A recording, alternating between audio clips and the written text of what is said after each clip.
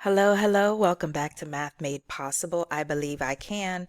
I am your teacher for the moment, Miss Howard, and today we're going to be looking at fifth grade, adding and subtracting fractions with unlike denominators, and we're going to be using the Illustrative Math curriculum, Unit 6, Lesson 12. Now, if this is your first time here, first of all, welcome. Thank you for joining us. But this is a lesson summary. We're just going to go over the key concepts of what we covered in class, and basically, hopefully, you'll be able to get a better understanding after you hear it a second time for how to add and subtract fractions. Now, if you don't use the illustrative math series, you can also go on YouTube and type in illustrative math grade 5 unit 6 lesson 12, and there will be a whole video from the beginning to the end, and that person will talk about how to work through the problems for the whole unit. But again, this is just a summary, and I hope this helps. All right, so we're going to talk about our first problem here. In my class, we do something called 3 reads. Hopefully your teacher does it with you all as well. Whenever we're reading a word problem, we try to break it down into 3 reads. The first read is basically, let's write 3 reads. 3 reads. Okay, our first read, what I tell my students is you're reading to find out what is this question talking about. What is the question talking about? Our second read is going to be where we are now going to read to identify the important details, like any numbers that are very key to solving the problem. So I'm going to type, what are the key concepts?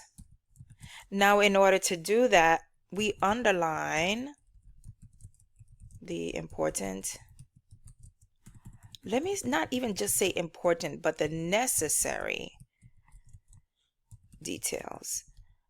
The reason why I say necessary is because I need you to be aware that sometimes whenever you're getting a test, it could have extra numbers in it, and you may not need all of those numbers in order to solve the problem. All right. And our question number 3, when we're reading, we need to find out what are the questions that we need to answer. All right. Next, I'm going to type another text box over here, and that will be preparation for our next part. So let's go ahead with our first read. Question, again, the first read is we need to identify what is this question talking about. So Jada is baking protein bars for a hike. She adds 1/2 cup of walnuts and then decides to add another 1/3 cup. How many cups of walnuts has she added altogether? If the recipe requires 1 1/3 cup of walnuts, how many more cups of walnuts does Jada need to add? Explain or show your reasoning. Anytime you're reading a problem, any problem, whether it's reading or whether it's math, always try to visualize what is going on in that problem. So I'm going to write the word visualize right here because that's what we're doing. I wish I had typed it because it would have been a whole lot quicker. Visualize. All right. My text box went away, so I'll have to redraw that in just a moment.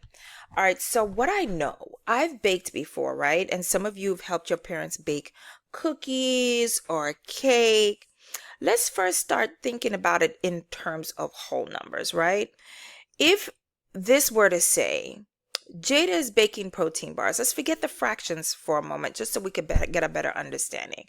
She adds, let's just say, 1 cup of walnuts, and then she adds another 2 cups of walnuts. How many cups of walnuts has she added altogether? Well, if you change it into a whole number, you're able to understand it a little bit better. Oh, she's adding walnuts. And if you don't like walnuts, let's say you're making chocolate chip cookies. Miss Howard adds 2 cups of chocolate chip cookies. Then she adds another of cookies. How many cups of cookies has she added? Chocolate chips has she added all together? So you should know we're going to be adding with that. If the recipe requires 1 1/3 cups of walnuts, how many more cups of walnuts does Jada need to add? Okay, so basically we're baking, right? We're baking. That is what we're talking about. That's what I visualized in my mind. And I changed it into something that I understood. That's what I mean when I say to visualize. Okay? Now our next read is, what are the key concepts? This time we're going to underline the necessary details. Okay. Well, we know that she's making protein bars for a hike. Great. I don't need to underline that. That is not going to help me solve my problem. But it says adds 1/2 cup of walnuts. Again, going back to what we did with the chocolate chips, I'm adding chocolate chips. And then she decides to add another 1/3 cup. How many cups of walnuts has she added altogether? Next, if the recipe requires 1 1/3 cup of walnut, how many more cups of walnuts does Jada need?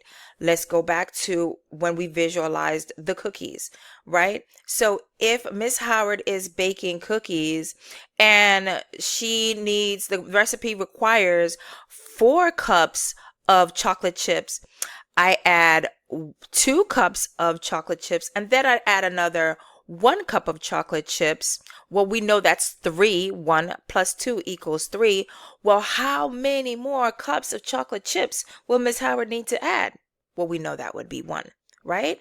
Now, the only difference here is we have fractions, right? So I know my key concepts are those, and I underlined my necessary details. And within underlining the necessary details, you need to have a strategy, right? How are you going to solve it? Now, let's go back to what we underline. And it says add. So I'm going to put that plus sign. Strategy. Come on. Okay. That's supposed to be an E, right? Strategy. All right. I'm going to put a plus sign on top of adds because it's pretty simple. On adds right here, I'll put a plus sign. And altogether also is a keyword. That means we're adding. Now, how many more cups? Well, we just did that, right? If I added at the first part, I need to know how many more cups I need to add. So that will be subtraction. Now, let's go through and we're going to write down our third read. Our third read says, what are the questions that we need to answer? This is very key whenever you're either doing a reading assignment or a math assignment. Always take the time to write down what questions do you need to end with. How many cups of walnuts has she added?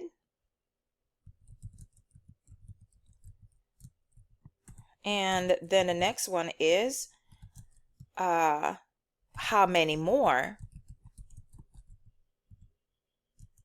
cups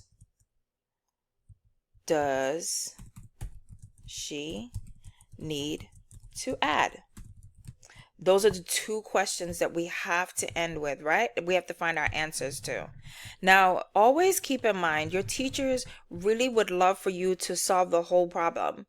Break it up just like this. That way it's easier for you to chunk it and say, hey, I don't have to look at it as one big problem. Let me just break it up and then see what parts I definitely know. Well, I definitely know the addition part. So we have 1/2 plus 1/3. And remember from our previous lessons, whenever we're adding or subtracting fractions, we need to find like denominators. So we're going to take some time to do that right now. And I know just by looking at my denominators for the 2 fractions that 2 times 3 equals 6. So I'm going to say that my common denominator will be 6. Now, the question that I asked myself over here is, what do I multiply times 2 to get 6? I know that will be 3. Whatever I do at the bottom, I also do at the top to make my equivalent fraction. And I know 1 times 3 equals 3. So 3/6 is equivalent to 1/2. At the bottom, we need to make equivalent fractions again. So I know that 3 times 2, that equals 6. Whatever I do at the bottom, I also do at the top. 1 times 2 equals 2. And one of the things that I stress to my students is, please make sure you circle your operation, because sometimes if you don't rewrite your operation and circle it, you know what will happen? You'll accidentally do the wrong operation on the other side and come up with the wrong answer.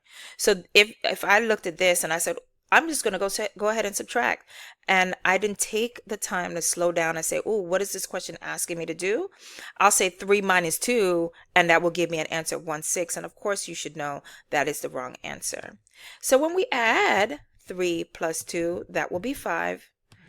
And our final answer here will be 5/6.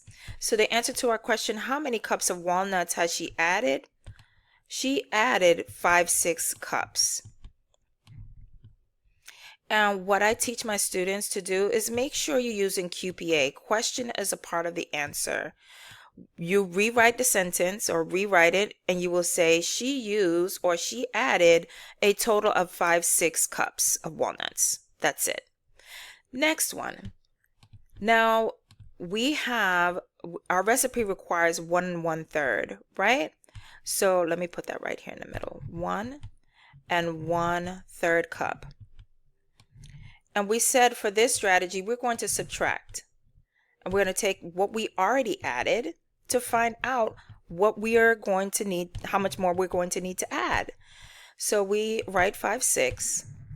Again, whenever we are we're subtracting, we need to make sure that we have like units.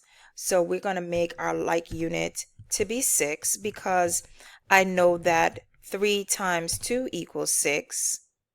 And if you put an answer of 18, or even if you multiply 3 times 6 and got, if you multiply 3 times 6 and got 18, or you could even say 12, because that's another common denominator, a common factor between the both of them, that would be fine as well.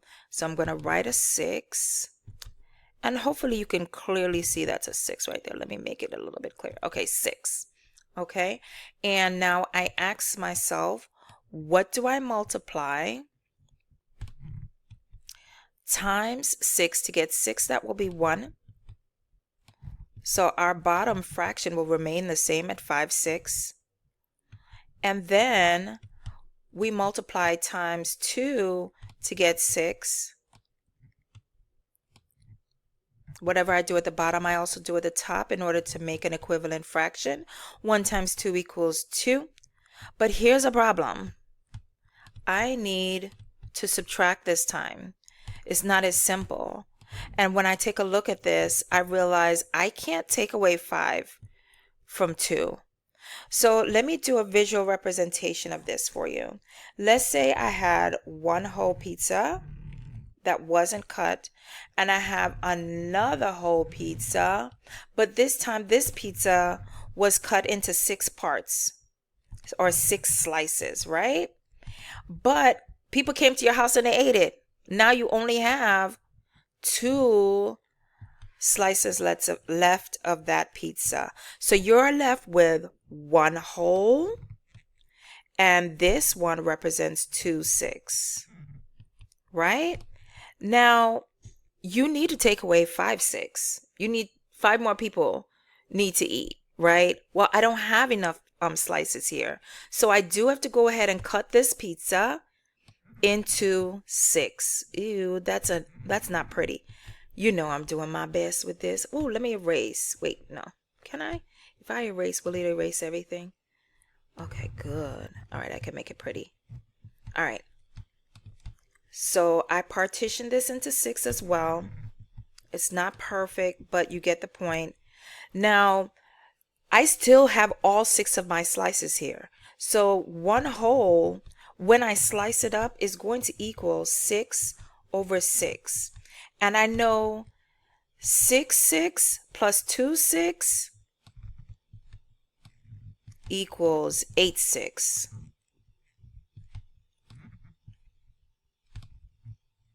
So this converts to 8, 6.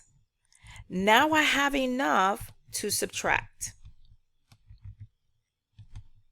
So 8, 6 minus 5, 6 equals 3, 6. And I also know that 3 is half of 6, so I'm going to actually write 1/2. So now we go back and answer our question. How many more cups of walnuts does she need to add? And the answer would be, I'm going to keep it simple because I know a measuring cup. She needs to add 1/2 cup of walnuts. All right, so that's going to be it for this video. I'm going to continue with our next video, but because we have another question that I would like to do, we're going to answer this next question. But if you don't get a chance to see that, hopefully this video helped you. Again, if you have not subscribed to our channel, please go ahead and do that and like this if you were able to get more information and understand it a little bit better. And again, if you still don't understand, I will request that you go ahead and look up that other video, Illustrative Math Grade 5 Unit 6 Lesson 12. Have a great day, and I'll see you in the next video.